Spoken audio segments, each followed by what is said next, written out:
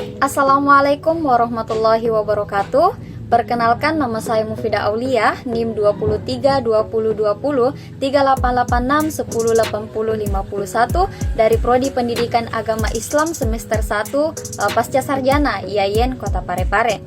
Puji syukur kita panjatkan kehadirat Allah Subhanahu wa Ta'ala, di mana kita masih diberikan nikmat kesempatan, kesehatan untuk bagaimana kami bisa melaksanakan dan menyelesaikan tugas kuliah kami, yaitu mata kuliah Desain dan Produksi Media Pembelajaran PAI. Salawat serta salam tak lupa pula kita haturkan kepada junjungan kita, yaitu Nabiullah Muhammad SAW, karena atas perjuangan beliaulah dan para sahabat sehingga kita bisa merasakan indahnya iman, manisnya Islam, atau dalam satu konsepsi minal zulumati ila nur. Nah, pada kesempatan video kali ini saya akan membahas tentang analisis masalah dalam perencanaan pembelajaran menggunakan media. Untuk perencanaan pembelajaran yang efektif itu merupakan kunci untuk mencapai tujuan pembelajaran yang secara optimal, dan salah satu elemen penting dalam perencanaan pembelajaran itu adalah menggunakan media pembelajaran tentunya. Nah, selanjutnya di sini media pembelajaran itu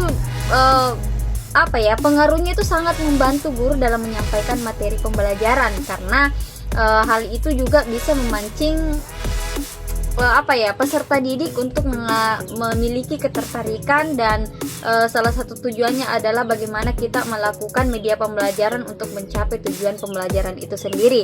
Namun ketika dilihat fakta di lapangan itu seringkali ditemukan beberapa masalah dalam perencanaan pembelajaran ini dalam menggunakan media tentunya. Nah, mari kita analisis apa saja masalah itu. Ada di sini saya rangkum ada kurang lebih 4, yaitu yang pertama, kurangnya pemahaman guru tentang media pembelajaran. Jadi ini sangat berpengaruh untuk keberhasilan tujuan pembelajaran di sekolah, karena itu memang ada di tangan guru. Oleh karena itu guru itu sangat berperan penting dalam pertumbuhan dan perkembangan peserta didik kita. Makanya guru itu digenjot, dituntut untuk bagaimana dia memiliki kompetensi maksud saya, yang harus dikembangkan, yang harus secara profesional. Seperti apa? Kayak penguasaan materi pembelajarannya, kemudian kemampuan pedagogi, kemudian yang ketiga kepribadiannya juga, kemudian selanjutnya itu adalah kemampuan sosialnya. Adapun kendala yang sering dialami oleh guru dalam melakukan media pembelajaran itu saya rangkum ada kurang lebih beberapa poin. Yang pertama, yaitu guru tidak memahami media pembelajaran yang tepat untuk digunakan pada materi pembelajaran yang akan mereka ajarkan. Nah, kemudian yang kedua, guru tidak mengetahui cara menggunakan media pembelajaran dengan efektif. Bisa dikatakan bahwa apalagi kalau guru-guru yang bisa dikatakan sudah berumur, yang istilahnya adalah kurang update akan informasi di zaman sekarang, itu pasti akan kewalahan. Nah, kemudian guru juga tidak memiliki keterampilan dalam membuat media pembelajarannya sendiri. Jadi cuma itu tok saja, tidak melakukan evaluasi kepada dirinya, sehingga itu salah satu hal yang membatasi guru tersebut menjadi kendala dalam pelaksanaan media pembelajaran itu. Nah, untuk yang poin yang kedua itu adalah keterbatasan sumber daya. Di sini saya mengutip menurut Barnawi dan Arifin, beliau itu mengatakan bahwa sarana pendidikan, dia membandingkan antara sarana dan prasarana.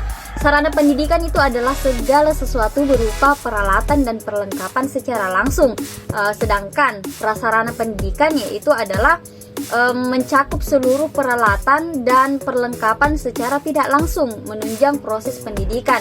Namun ketika kita melihat keterbatasan sumber daya itu sekolah itu pada umumnya seperti apa, itu yang pertama, biasanya sekolah tidak memiliki cukup media pembelajaran yang tersedia, jadi memiliki keterbatasan untuk menyediakan media pembelajaran. Kemudian yang kedua adalah media pembelajaran yang tersedia sudah tidak relevan lagi dengan pembelajaran yang sekarang. Jadi bisa dikatakan bahwa sebenarnya sekolah memiliki sarana dan prasarana untuk menunjang proses pendidikan, cuma ketika diterapkan untuk diterapkan di pembelajaran yang sekarang itu kurang relevan, karena bisa dikatakan bahwa mungkin alat yang akan digunakan itu kurang update, jadi tidak mendukung proses pembelajaran yang akan dilakukan. Nah, kemudian yang ketiga yaitu adalah kurangnya integrasi media dalam pembelajaran. Untuk media pembelajaran itu bisa dikatakan sebagai alat bantu pembelajaran, yaitu apa saja? Itu segala sesuatu yang dapat digunakan untuk bagaimana merangsang pemikirannya peserta didik kita, merangsang perasaannya, kemudian perhatian dan kemampuan atau keterampilan peserta didik kita, sehingga mendorong terjadinya proses belajar. Kalau kurang integrasi media pembelajaran biasanya itu disebabkan karena yang pertama, media pembelajaran hanya digunakan sebagai pelengkap saja, bukan sebagai bagian integral dari proses pembelajaran. Jadi mungkin prasarananya ada, cuma kurang terlalu digunakan dalam proses pembelajaran. Nah, kemudian yang kedua, media pembelajaran tidak digunakan untuk mencapai tujuan pembelajaran yang efektif atau spesifik. Nah, kemudian yang selanjutnya, media pembelajaran tidak diintegrasikan dengan metode pembelajaran lainnya. Jadi dengan metode yang digunakan oleh guru biasanya, kalau semisal maksud poin ini ya adalah hanya terkesan monoton menggunakan satu media pembelajaran saja, sehingga menurut saya ini kurang terlalu efektif karena itu dapat mengakibatkan peserta didik kita akan jenuh ketika belajar. Poin yang keempat yaitu evaluasi penggunaan media yang tidak memadai.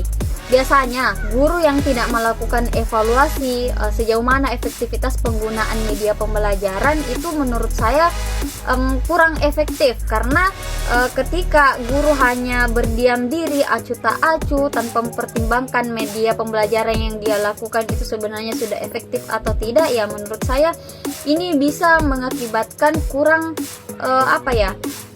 akan tidak proses pembelajaran itu kurang terlalu sukses, tidak terrealisasi dengan bagus dari proses pembelajaran yang kita lakukan, ya cuma mungkin sekedar sebatas formalitas saja masuk mengajar.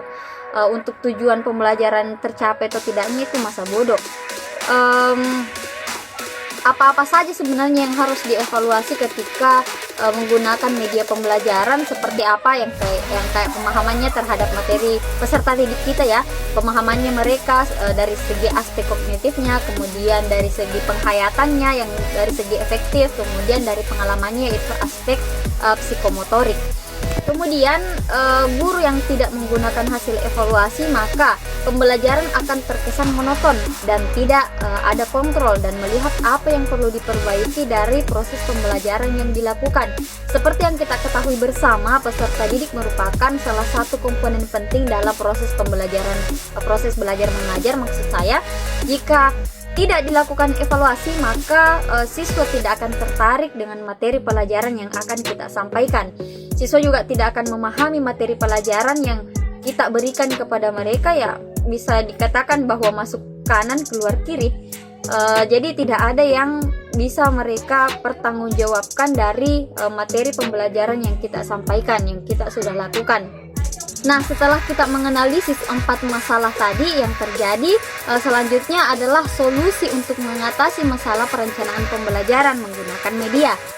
Apa saja? Di sini saya merangkum ada beberapa poin. Yang pertama, yaitu dengan meningkatkan pemahaman guru tentang media pembelajaran melalui pelatihan dan pengembangan yang secara profesional. Jadi kita banyak-banyak melakukan pelatihan agar kemampuan dan skill guru khususnya dalam pengembangan media pembelajaran itu harus ditingkatkan, biar apa?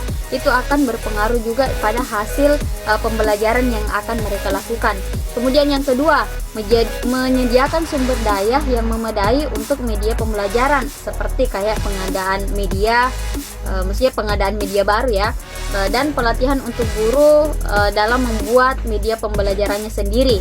Kemudian yang ketiga itu adalah mendorong integrasi media dengan pembelajaran dengan menyediakan panduan dan contoh penggunaan media yang efektif. Jadi guru yang semisal mereka yang kurang update gitu ya, mereka memiliki panduan-panduan untuk bagaimana bisa merumuskan media pembelajarannya sendiri.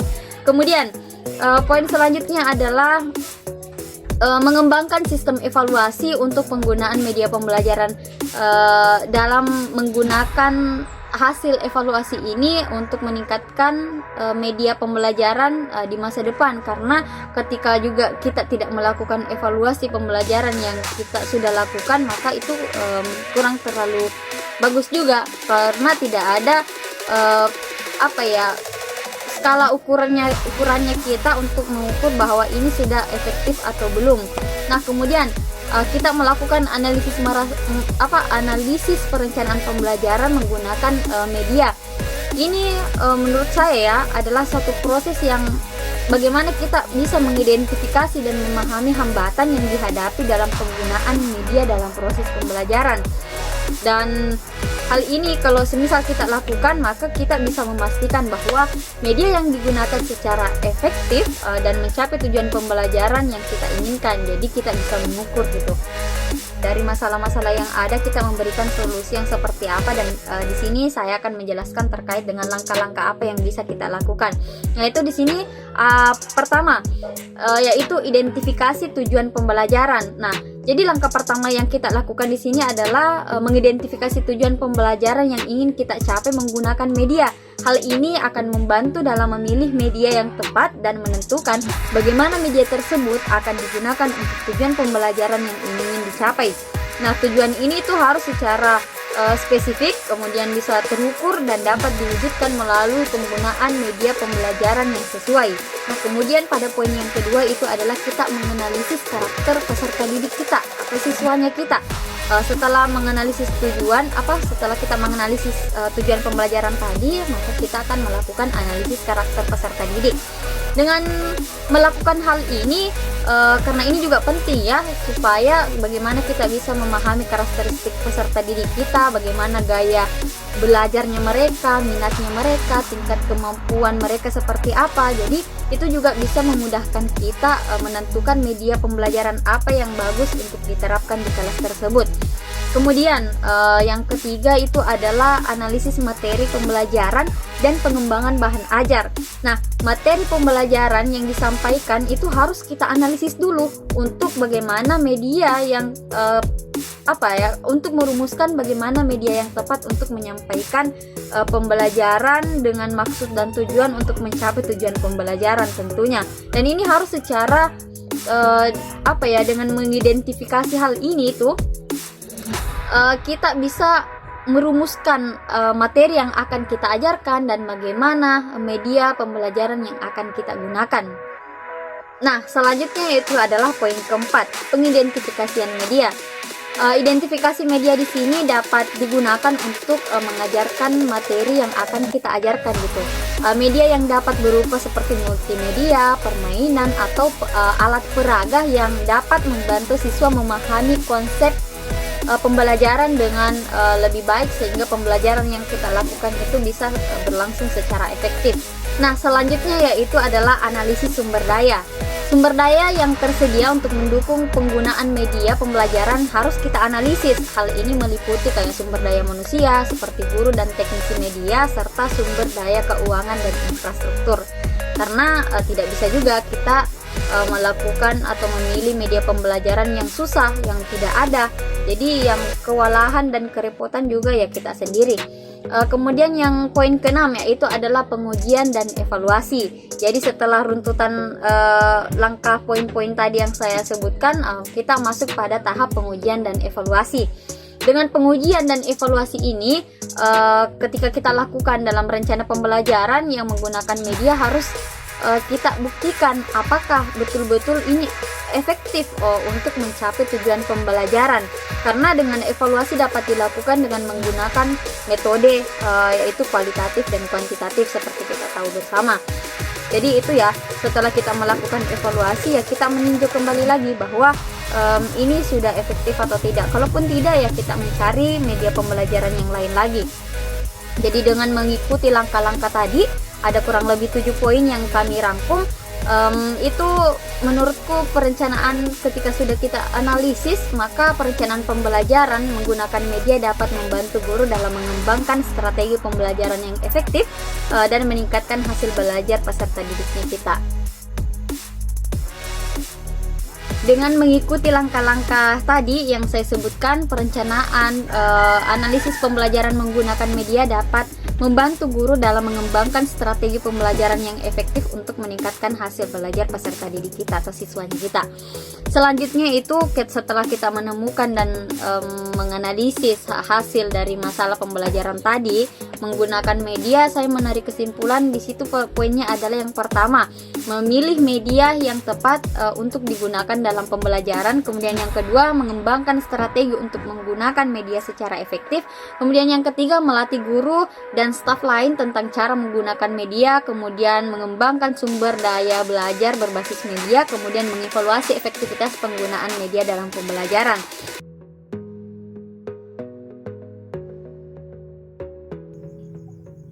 Baik teman-teman sekalian, itulah tadi pemaparan materi dari kelompok kami. Yang pasti adalah dengan mempelajari model-model pembelajaran, desain pembelajaran itu pastinya adalah dengan tujuan bagaimana kita memilih metode yang bagus untuk bisa mencapai tujuan pembelajaran itu sendiri. Dalam pemaparan tadi kami membahas sedikit kayak model-model pembelajaran, model yang pernah kita bahas sebelumnya kayak model edit. Namun pada materi kami ini yang terkait dengan model flowchart and storyboard, yang pasti di sini adalah kalau model flowchart itu kita menggunakan diagram atau alat grafis yang menggambarkan alur proses pembelajaran. Tadi sudah ada dipaparkan di situ pada slide-nya, kayak contohnya kayak menganalisis kebutuhan, kemudian ada lagi tanda panah yang ke bawah, menentukan tujuan, materi pembelajaran, sampai kepada tahap evaluasi dan revisinya. Nah, kalau storyboard itu apa tadi? Semacam kayak divisualkan dari urutannya, kayak isi pembelajarannya termasuk penggunaan medianya. Ada tadi contoh di situ dipaparkan, contoh kayak semisal ini contohnya, contoh storyboard untuk pembelajaran. Kayak yang pertama kita membuat kolom-kolom gitu, ada slide, visualisasi, narasi, kemudian kegiatan. Yang pertama di sini kita adalah judul pembelajaran yang akan kita lakukan itu seperti apa. Nah, narasi teksnya itu contoh kalau dalam yang kami ambil di sini yaitu narasinya selamat datang di modul pembelajaran tentang energi terbarukan. Nah, kegiatannya seperti apa peserta didik itu memperhatikan. Kemudian langkah selanjutnya kita dalam visualisasinya diagram tentang jenis-jenis jenis-jenis energinya. Narasinya itu termasuk pada poin kayak energi terbarukan wali putih, kayak jenis-jenisnya contoh apa, kayak energi matahari, kemudian air dan lain-lain.